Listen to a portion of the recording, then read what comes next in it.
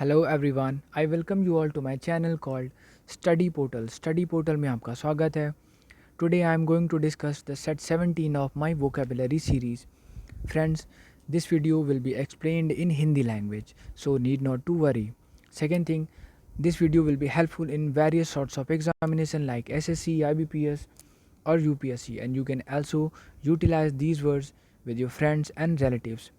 Friends, if you want to watch the previous videos of my vocabulary series, you can find them in YouTube by searching Study Portal Vocabulary.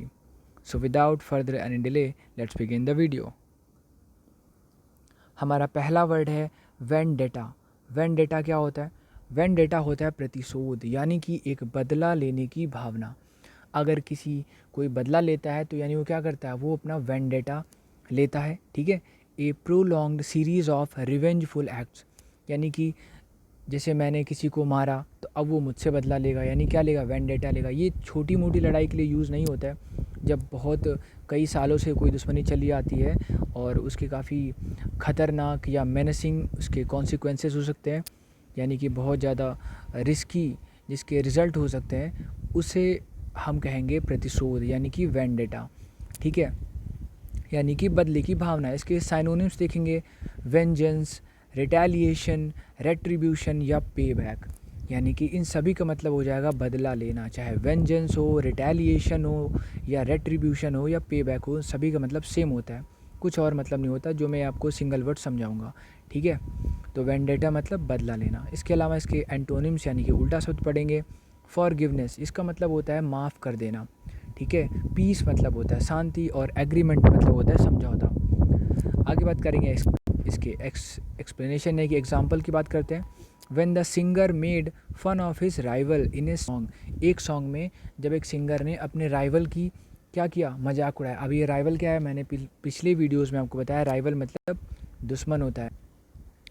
जब उसने मजाक उड़ाया एक song में, he let everyone know that the vendetta had not been resolved, तो उसने सबको ये बता दिया उस गाने के थ्रू कि अभी भी जो प्रतिशोध की भावना है ये अभी रिजॉल्व हो नहीं पाई है, सॉल्व हो नहीं पाई है।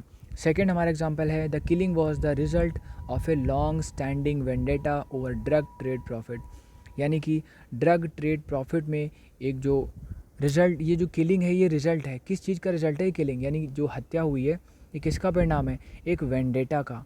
ठीक है, जो बहुत दिनों से चली आ रही है, यानी कि ये एक बदला है जो लिया गया है मार करके। ठीक है, ये किस चीज़ का बदला है, एक ड्रग ट्रेड प्रॉफिट, यानी कि एक दवाई के व्यापार से संबंधित ये एक झगड़ा था। ठीक है, जिसका बदला लिया गया। सेकंड हमारा वर्ड है प्रोप्राइटी।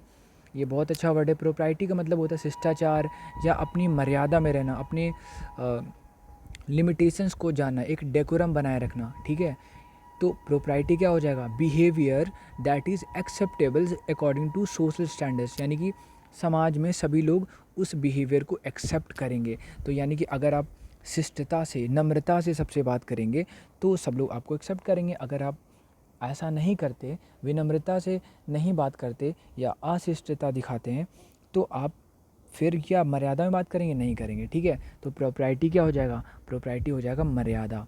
ठीक है, इसके साइनोनिम्स देखते हैं। डेकोरम, यानी कि हमें क्या क्लास में अपना डेकोरम बनाए रखना चाहिए, वहाँ पे शोर नहीं मचाना चाहिए, या डेकोरम बोल सकते हैं या प्रोप्राइटी बोल सकते हैं। एटिकेट क्या होता है, एटिकेट मतलब होता है शिष्टाचार। ठीक है, तो डेकोरम हो गया, एटिकेट हो गया, मैनर हो गए, लोगों में मैनर होने चाहिए या कर्टेसी होनी चाहिए। इन सभी का मतलब होता है मर्यादा, शिष्टाचार या नैतिकता। आई होप कि आपको समझ में आ रहा होगा। तो प्रोप्राइटी मतलब हो गया मर्यादा। ठीक है, इसके बाद इसके उल्टा वर्ड हो जाएंगे, यानी कि एंटोनिम क्या हो जाएगा, इमोरलिटी, यानी कि जिसमें मॉरल नहीं है, जो इंसान जिसमें मॉरलिटी नहीं है तो वो क्या हो जाएगा, इमोरलिटी। ठीक है, इमोरलिटी मतलब जब शिष्टाचार नहीं होगा, अनैतिकता होगी। ठीक है, इम्प्रॉपर्टी, प्रॉपर्टी का उल्टा हो जाएगा।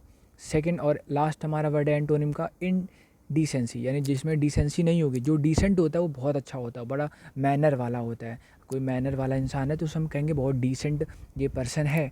अगर वो नहीं होता है तो उसे कहते हैं ये बड़ा इनडिसेंट है, तो उसमें क्या होगी, इनडिसेंसी होगी। ठीक है, इसके एग्जांपल देखते हैं। The important point is that, जो मेन पॉइंट है वो क्या है, यानी महत्वपूर्ण पॉइंट क्या है, at some stage of life, life के कुछ स्टेज में क्या होता है, प्रोप्राइटी मस्ट सुपरसीड कन्वीनियंस, यानी कि कन्वीनियंस को प्रोप्राइटी सुपरसीड कर देती है, यानी कि उससे आगे निकल जाती है। आगे बात करते हैं, हमारा सेकेंड एग्जाम्पल है because we expected the president to have a great sense of propriety, क्योंकि हमने एक्सपेक्ट किया था, यानी हमने उम्मीद लगाई थी प्रेसिडेंट से to have a great sense of propriety, उनमें क्या होगा, बहुत ज़्यादा मर्यादा होगी, शिष्टाचार होगा। वी वर ऑल शॉक्ड, हम सब क्या थे, शॉक्ड थे, यानी अमेज्ड थे, पजल्ड थे, कन्फ्यूज थे, यानी आश्चर्यचकित थे, एस्टाउंडेड थे। When his wrong doings became public, यानी जब उनके जो रॉन्ग डूइंग्स थे, यानी उनके जो गलत काम थे, गलत काम को रॉन्ग डूइंग्स कहते हैं, वो सबके सामने आ गए। ठीक है, सेकंड हमारा इसके बाद जो वर्ड है वो है कोरोनेशन। कोरोनेशन को कोरोना से कंपेयर मत करना या उससे रिलेट मत करना, ये अलग वर्ड है, कोरोना नहीं है, ये कोरोनेशन है। इसका मतलब होता है राज्याभिषेक करना, यानी कि official ceremony in which a person is made a king और क्वीन, यानी कि जब किसी को राजा बनाते हैं या रानी बनाते हैं ना, तो एक सेरेमनी होती है, एक समारोह होता है, उसको, उस समारोह को कहेंगे कोरोनेशन। ठीक है, इसके सिनोनिम्स वर्ड क्या हो जाएंगे, क्राउनिंग, यानी कि हम क्राउन पहनाते हैं तो कहते हैं क्या, हम क्राउनिंग कर रहे हैं, या एनथ्रोनिंग, क्योंकि थ्रोन होता है गद्दी, तो किसी को गद्दी बैठा लेंगे तो एनथ्रोन करेंगे। ठीक है, तो क्राउनिंग हो गया, एनथ्रोनिंग हो गया, या फिर कोरोनेशन हो गया। इन सभी का मतलब जब किसी का राज्याभिषेक करते हैं। उल्टा क्या हो जाएगा, जब हम किसी को गद्दी से हटा देंगे, ठीक है, यानी कि हम उसको डी थ्रोन कर देंगे। ठीक है, यानी कि जब गद्दी पे बिठाएंगे तो एन थ्रोन करेंगे, जबकि हटा देंगे तो डी थ्रोन कर देंगे। इसके अलावा डिपोज यानी कि निकाल दिया। इसके बाद इसके एग्जांपल देखते हैं। This chair now placed in the gallery, ये जो चेयर है अब गैलरी में रख दी गई है। वॉज यूज फॉर सेंचुरीज़, यानी कि कई 100 साल इसको यूज़ किया गया। फॉर इम्पीरियल कोरोनेशन सेरेमनीज़, यानी कौन सी सेरेमनीज़ में यूज़ किया गया, कोरोनेशन की सेरेमनी में, यानी कि जब राज्याभिषेक हुआ करता था। सेकेंड एग्जाम्पल है the previous king was dethroned and the coronation of the new one was done, यानी कि जो प्रीवियस किंग था, पिछला राजा था, वो डीथ्रोन कर दिया गया, यानी निकाल दिया गया।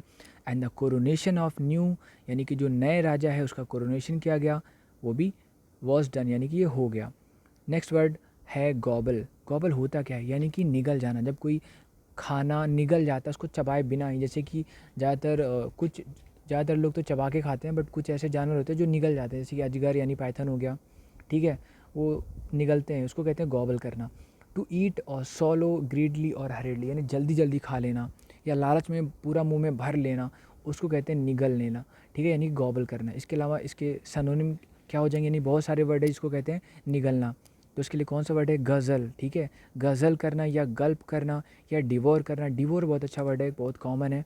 डिवोर करना यानी पूरा पूरा समूचा खा जाना, या गॉर्ज करना। ठीक है, इन सभी का मतलब होता है निगल जाना। इसके लिए मैं फिर से रिपीट कर रहा हूँ, गॉबल करना, गज़ल करना, गल्प करना, या डिवोर करना, या गॉर्ज करना, इन सब का मतलब होता है निकलना। एग्जाम्पल देखते हैं। The government seems to gobble up the tax payers money, government ऐसा प्रतीत हो रहा है कि क्या करने वाली है, गॉबल अप करने वाली है, यानी कि टैक्स पेयर की जो मनी है, यानी जो टैक्स पे करते हैं उनके जो पैसे हैं, वो गॉबल अप करने वाली है, यानी कि निगल जाने वाली है, खा जाने वाली है। सेकेंड एग्जाम्पल है the new machine can gobble up work at A quite fantastic rate, यानी कि जो नई मशीन है वो क्या कर सकती है, वर्क को गॉबल अप कर सकती है, वर्क को बहुत जल्दी खा सकती है, यानी पूरा कर सकती है एट ए क्वाइट फैंटेस्टिक रेट, बहुत जल्दी जल्दी, बहुत अच्छे रेट से। ठीक है, इसके बाद हमारा वर्ड है जो कि फाइनल वर्ड है आज का, वो है स्मॉदर, SMOTHER। स्मॉदर होता क्या है, स्मॉदर मतलब दम घोटना, जब आपका दम घुटने लग जाए, सफोकेशन होने लग जाए, यानी आप चोक कर गए, यानी आपको सांस लेने में दिक्कत आ रही है, तो उसे कहेंगे स्मोदर करना। यानी कि टू प्रिवेंट ए पर्सन और animal from supply of oxygen, यानी किसी पर्सन को या किसी एनिमल को ऑक्सीजन ना लेने देना, उसको कहेंगे दम घोटना, यानी कि स्मोदर करना। इसके साइनोनिम्स क्या हैं, चोक करना। चोक क्या होता है, खाना खाते हैं मुंह में अटक गया तो क्या हो गया, चोक कर गया। जैसे कि जो हमारी ड्रेनेज सिस्टम होता है उसमें बहुत सारा कूड़ा कचरा डाल देते हैं, तो वो क्या वहाँ पे पानी भरने लगता है, क्योंकि पानी पास नहीं हो पाता है, तो वो क्या, वो ड्रेनेज सिस्टम हमारा चोक कर जाता है। तो वही यहाँ पे चोक यानी दम घोटना हो गया। इसके अलावा स्ट्रैंगल करना हो गया, या सफोकेट, जैसे किसी गर्म कमरे में, गर्मी का मौसम है, कमरे में बैठे हैं और कहीं से हवा नहीं पास हो रही, तो हमें दम दम घुटता है हमारा, जैसे भीड़ भाड़ वाली जगह पे। ठीक है, तो क्या करते हैं, हम सफोकेट करते हैं। तो इन सभी का मतलब होता है दम घोटना, यानी कि स्मोदर, चोक, स्ट्रैंगल या सफोकेट।